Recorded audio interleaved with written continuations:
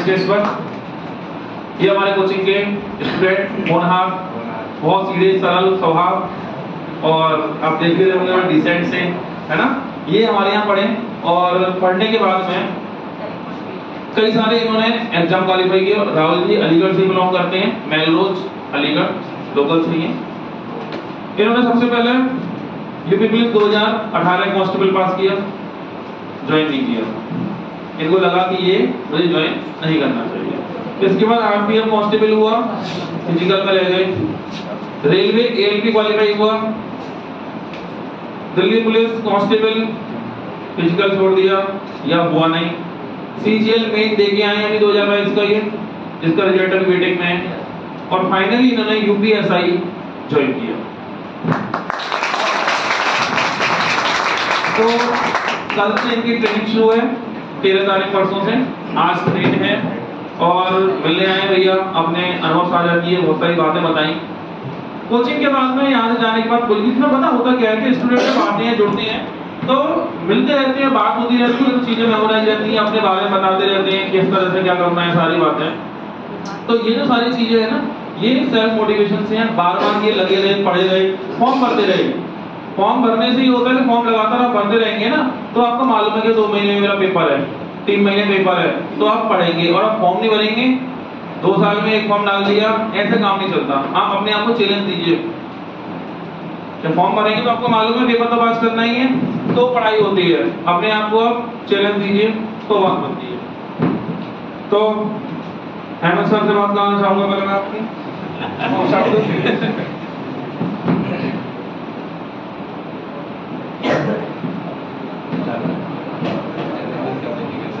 हाँ, पुशअप की बात अगर करें तो बात इतनी सी पहले आवाज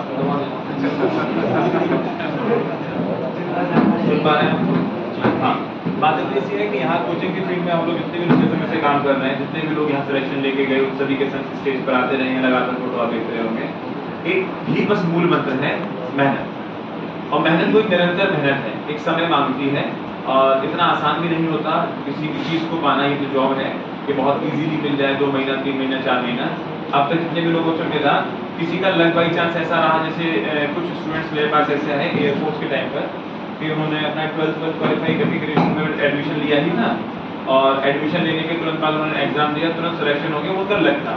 अलबत्त बाकी जितने भी लोग हमने देखे 6-8 महीने आराम से लग जाते हैं, और एक अपनी इच्छा के हिसाब से जॉब पाने में 3-3, 4-4 साल भी लग जाते हैं। लास्ट अभी 2022 में निकल चुकी है, दिसंबर में एक स्टूडेंट से मिलने आया था, आप कुछ लोग जानते होंगे, मोहित नाम का, मोहित शर्मा। और हाँ, उसने स्टार्टिंग की थी एयरफोर्स बाई ग्रुप से नौकरी लेने की, तैयार करता रहा, एग्जाम क्वालिफाई होते रहे। उसका सपना था एसएससी सीजीएल में ऑफिसर बनने का, और फाइनली उसको 5 साल लगे। इन 5 साल में उसने एक जॉब ली, कुछ दिन करी, फिर उससे अच्छी मिल गई, उसे छोड़ी, फिर दूसरी करी, फिर उसे छोड़ी, फिर तीसरी करी, और फाइनली जो उसका एम था वो मिल गया। एक अपने एम को हासिल करने में टाइम लग सकता है, 2 साल, 3 साल, 4 साल, लेकिन एक जॉब को लेने में कम से कम 6-8 महीने लग जाते हैं, और ज़्यादा भी लग सकते हैं, 10 महीने भी लग जाते हैं। तो अगर आपने कोचिंग करने की आज सोची है, अभी आप कोर्स पूरा कर रहे हैं, तो सबने कहा कि रिवीजन वही एक मूल मंत्र है।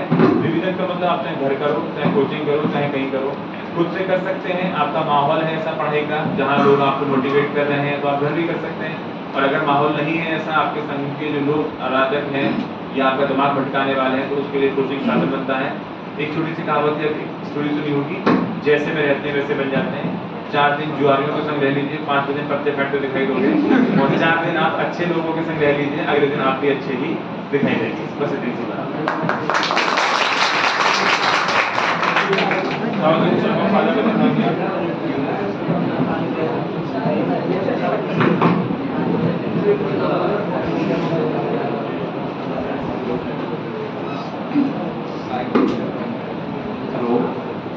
हेलो मैं नमस्कार सभी। आवाज आ रही है ना? सही। ठीक है, एक छोटी सी बेसिक चीज है कि कोचिंग क्या है, आपके सभी जो है बेसिक कॉन्सेप्ट क्लियर करा देती है। लेकिन जो भी आपका जब आप सेल्फ स्टडी नहीं करोगे तो आप पहले आप अपना एम को क्लियर रखिए। ये नहीं है कि आपका मतलब खिचड़ी पका लो, में जो भी फॉर्म आए सब भर दो, नहीं, अपना एम क्लियर रखिए। और दूसरी सबसे पहली बात ये है कि आप बेसिक कॉन्सेप्ट क्लियर कर रखिए। उसके बाद क्या आपको सेल्फ ही करना है, जो भी करना है, कोई आपके दिमाग में कुछ नहीं डाल सकता। जो भी करना है आपको सेल्फ ही करना है। उसके बगैर कुछ नहीं हो सकता। इसलिए आप अपना एम क्लियर रखिए, मुझे यही करना है, यही करना है, बस बीच में बदल मत जाइएगा। ऐसा होता है कई बार कि हमारे आस पड़ोस के लोग सिलेक्शन दे आते हैं, उन्हें देख करके डिमोटिवेशन आता है, लेकिन नहीं, पेशेंस रखिए और अपनी लगातार अपने काम करते रहिए। उससे क्या है कि आपको एक दिन सफलता जरूर मिलेगी।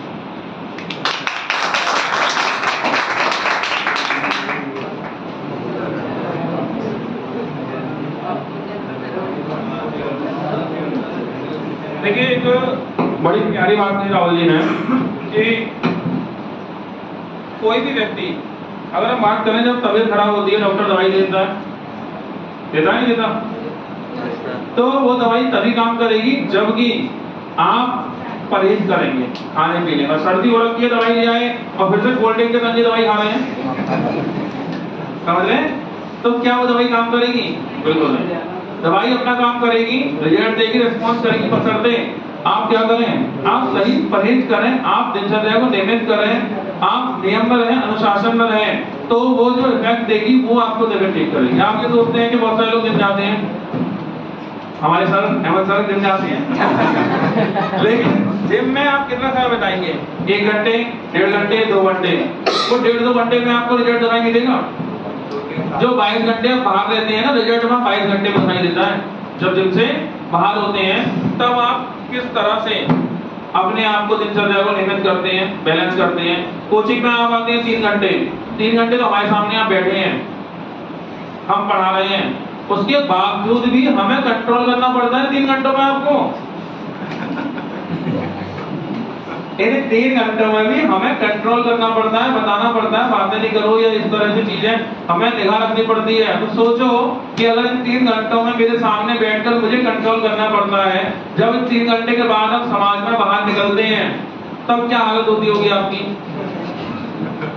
तो उस समय तो अपने आप कंट्रोल नहीं कर पाएंगे। कुछ लोग होते हैं जो आते हैं, चुपचाप बैठते हैं, ध्यान से पढ़ते हैं, कुछ लोगों को मुझे कंट्रोल करना पड़ता है। जो क्लास में 3 घंटे ध्यान से नहीं पढ़ पा रहे, मन नहीं लग रहा उनका, वो बातें कर रहे हैं पड़ोसी से, हमें बोलना पड़ रहा है कि भाई बातें नहीं करो, उन लोगों से उम्मीद करेंगे बाहर जाके वो घर पर खुद पढ़ लेते होंगे? मुश्किल काम है। लेकिन कुछ लोग हो सकते हैं कि वो पढ़ भी लेते हो, लेकिन मुश्किल बात लगती है, सोचने में अलग लगता है।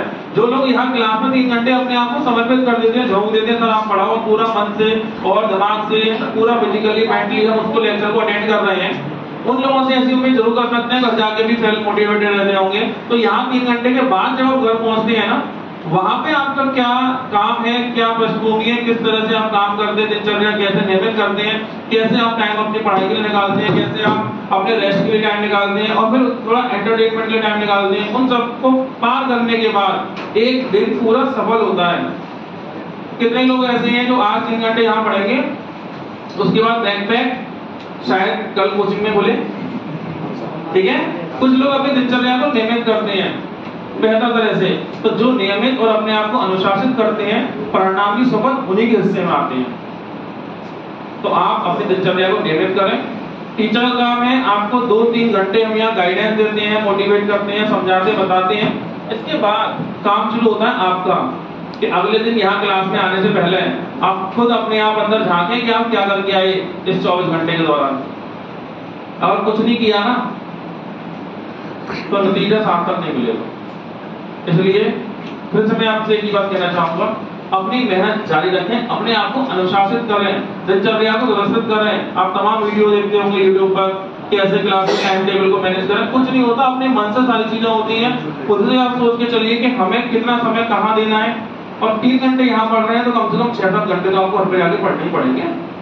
इससे कम पे रिजल्ट नहीं आने वाले, कम से कम 6-7 घंटे, क्योंकि एक सब्जेक्ट तैयार करने में 2-2.5 घंटे लग जाते हैं और आपको तो 4-6 सब्जेक्ट हैं, कुछ कुछ एग्जाम में 5 सब्जेक्ट भी होते हैं, तो कम से कम एक सब्जेक्ट 2-2.5 घंटे इतने आराम से ले जाता है। जिस दिन आपके पढ़ाई में आप बैठे और टाइम आपको पता ही नहीं चले कितना हो गया, तो मानिए कि मन लगने लग रहा है। और जब ऐसा हो ना, थोड़ी थोड़ी देर में घड़ी देखा यार आधा घंटा हो गया, अरे यार 1 घंटा हो गया, ये बात नहीं बनेगी।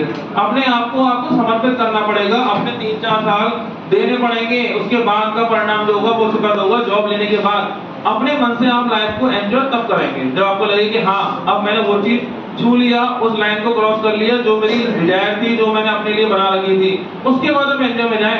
ये एंजॉय की कोई बात नहीं है। होली पर मैं देख रहा था कितने लोग बोल रहे थे होली वगैरह ये सब चीजें, कोशिश की हमने कि करें, लेकिन हमें लगा नहीं कि ऐसा कुछ करें। इससे क्या होता है, डिस्टर्बेंस ही होता है। एंजॉय भी करना है, त्योहार भी मनाने हैं, ऐसा नहीं है हम समाज से कटेंगे, लेकिन हर चीज को एक नियमित तरीके से करना पड़ेगा।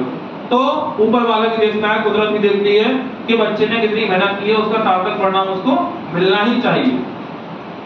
तो इसी के साथ मैं अपनी बात खत्म करता हूँ, ठीक है।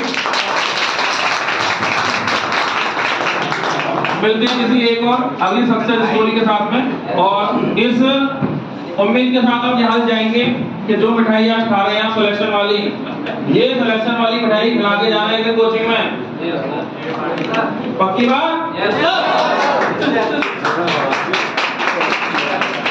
ये मिठाई कर्जा हो गई आप पे, सिलेक्शन की मिठाई है ये।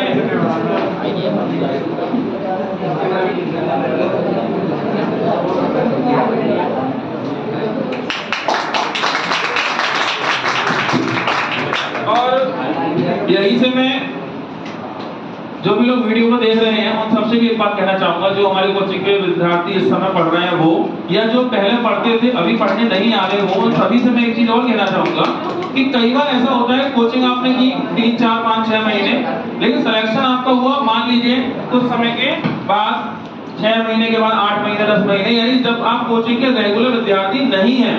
लेकिन इसका ये मतलब नहीं है कि आप कोचिंग के विद्यार्थी नहीं है। जब भी आपका सिलेक्शन हो आप आइए, हम कुछ नहीं चाहते आपसे, केवल मिठाई लेके आइए, और वो भी किस लिए? आप लोगों के लिए मांग रहा हूं मैं मिठाई।